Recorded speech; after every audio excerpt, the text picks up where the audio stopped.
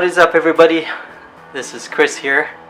It's Superfly channel, and first of all, thank you for watching this video. I'm going to do an unboxing of the 2018 ThinkPad laptop, X1 Carbon. So the specs, I'm going to put out the specs right here, just so you know of what the specs are for this X1. I do have the X1 tablet, which is the second generation tablet, which I'll do a little bit of comparison in size. But what I'm really going to do is sort of put them side by side with my MacBook 2018 in terms of size wise. I know the performance is going to be a little different between the two. It's really both are going to be used differently from one another. So here we go, and let's do some unboxing.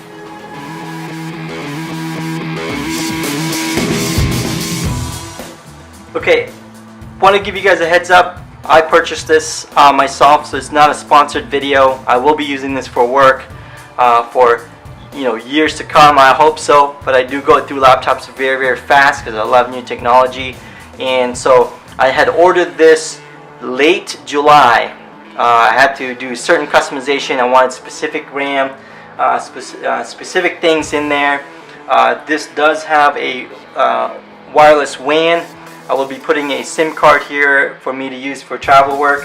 Again, I will put up the specs on this one, but here's a quick view of what it is. It is a Core i7 8650U with vPro. It is used for business.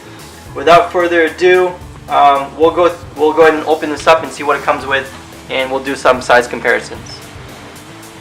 Packaging is much better in the past, so I mean, the last one I had was years ago, but I had the first gen and second gen X1, and this will be the latest gen that I got on X1. So let's go ahead and start. This is really cool packaging. Ooh, wait, hold on. Did that just like, when you lift this, is magnetic, but when you lift it, it goes kind of like, it floats up, which is really, really cool.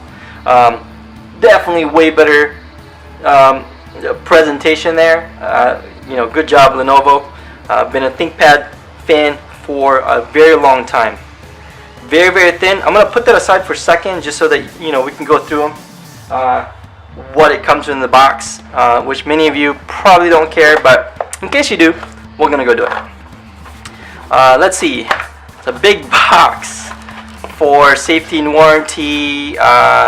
Setup guide and something. Sticker?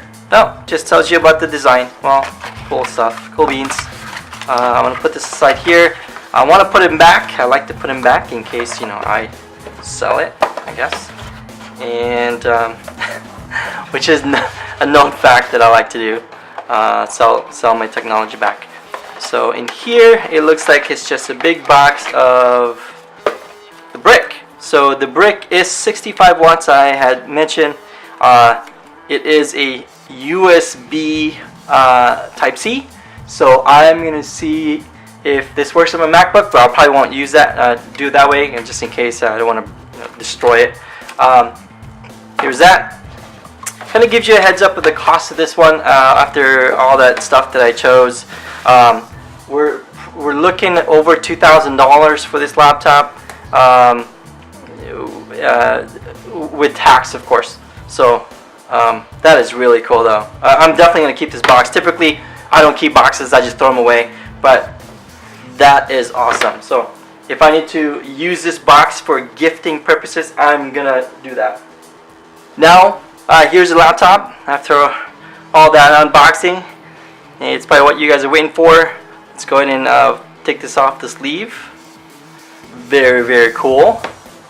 This is awesome.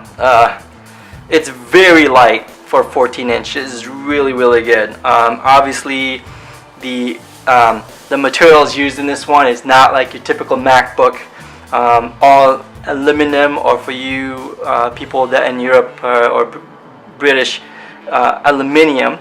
So there's your X1 logo there to differentiate than the past. I think that one lights up. And let's go through some of the connections. So here's your connectivity for USB Type-C. Here are sort of like a custom kind of plug-in. It looks like it can be used for USB Type-C, and sort of a dongle to be used for Ethernet. Looks like you got your USB connector there. Awesome. HDMI is still there for those that are in business that you don't always get USB-C or you have to carry any dongle. You plug in, and most monitors have the HDMI now. On the back end, where you can put the SIM card or SD card in here. It would be nice for most cameras if they come with more SD cards, you know, the micro SD. I don't know what I'm talking about. But anyway, it fits in there. I will be ordering one from Verizon for that SIM. Maybe not Verizon, somewhere else. Kensington lock, and then you also have another USB here. You can use your vent. The audio and headphone jack is there, which is awesome. And the front, there's nothing. It is quite thin, and some vents underneath. So I'm going to give you a little bit comparison before we open this laptop. Comparison in size between an X1 tablet, 2nd gen, with the keyboard. That's the comparison in size there.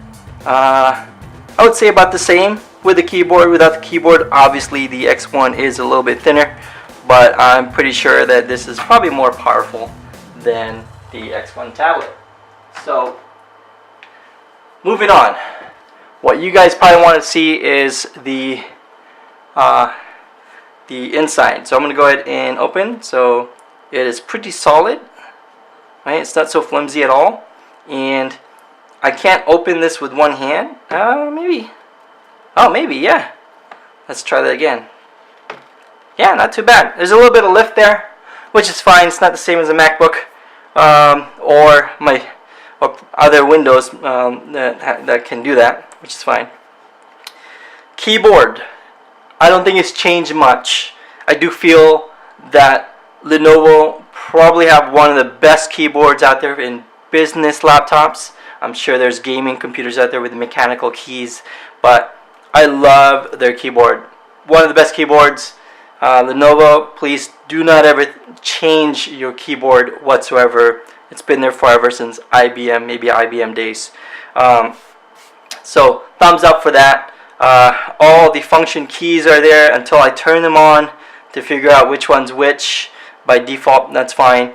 And yeah, everything's still the same. Independent page up and down. Yeah, everything's cool. There's a on the webcam itself. I understand this is a 720p webcam.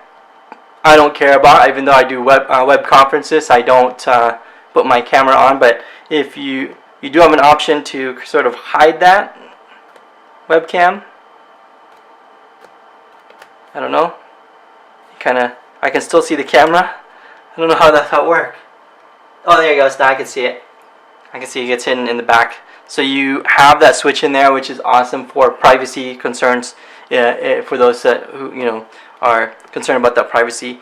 The material is amazing. It's still the same fingerprint reader, and we're gonna go ahead and test it out and turn them on and see the quality of this one. The trackpad, I think it's a great size.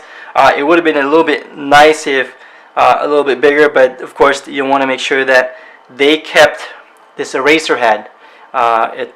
And I always love these eraser head. I actually collected a bunch of these in case I lose them. They're there. So I don't think this is charged. So I'm gonna go and plug it in. Luckily, I have a docking station here by CalDigit, and it works perfect. Now, that's right. There's no USB-C there. So I'm gonna have to pull this all the way out here and plug it in for the power. Get some charge here. The USB, the only USB port, unfortunately. So it's blinking. That means it's taking the power and it's turning on. So we're gonna go ahead and turn them on just to kind of illustrate the quality of the screen. I'm not doing any benchmarks like that. The only benchmark I'd put up, it's probably the crystal disc to speed of the. Okay, here we are. Again, the screen is at its brightest, so it's pretty bright, and I think I have enough power and juice here that I can go ahead and unplug this guy. Let's see. Yeah, that charged pretty quickly, considering that I was not able to turn it on out of the box, and it looks like it's full. So you can see the angle, and I got plenty of light here. It's not too bad, right? So it's pretty bright and vibrant. Now it did say it's touchscreen, so it is a touchscreen. It is pretty interesting though, considering it's a sort of a matte display. There's no glare that badly. Obviously you saw a little bit of glare in there, but considering that it's a touchscreen, that is pretty cool.